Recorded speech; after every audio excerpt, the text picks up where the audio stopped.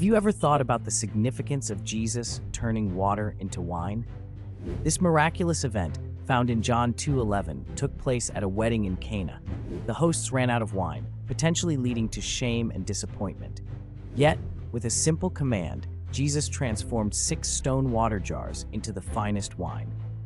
This miracle wasn't just about the beverage. It was a profound message of abundance and joy in our lives. Jesus showed that he can take our ordinary circumstances and transform them into something extraordinary. In our daily struggles, we often feel empty, like those jars before the miracle.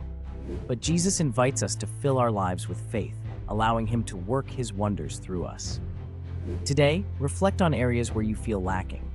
Are there dreams unrealized, relationships strained, or burdens heavy? Understand that Jesus can fill those voids, turning your challenges into blessings. His transformative power is available to each of us, no matter our background or situation.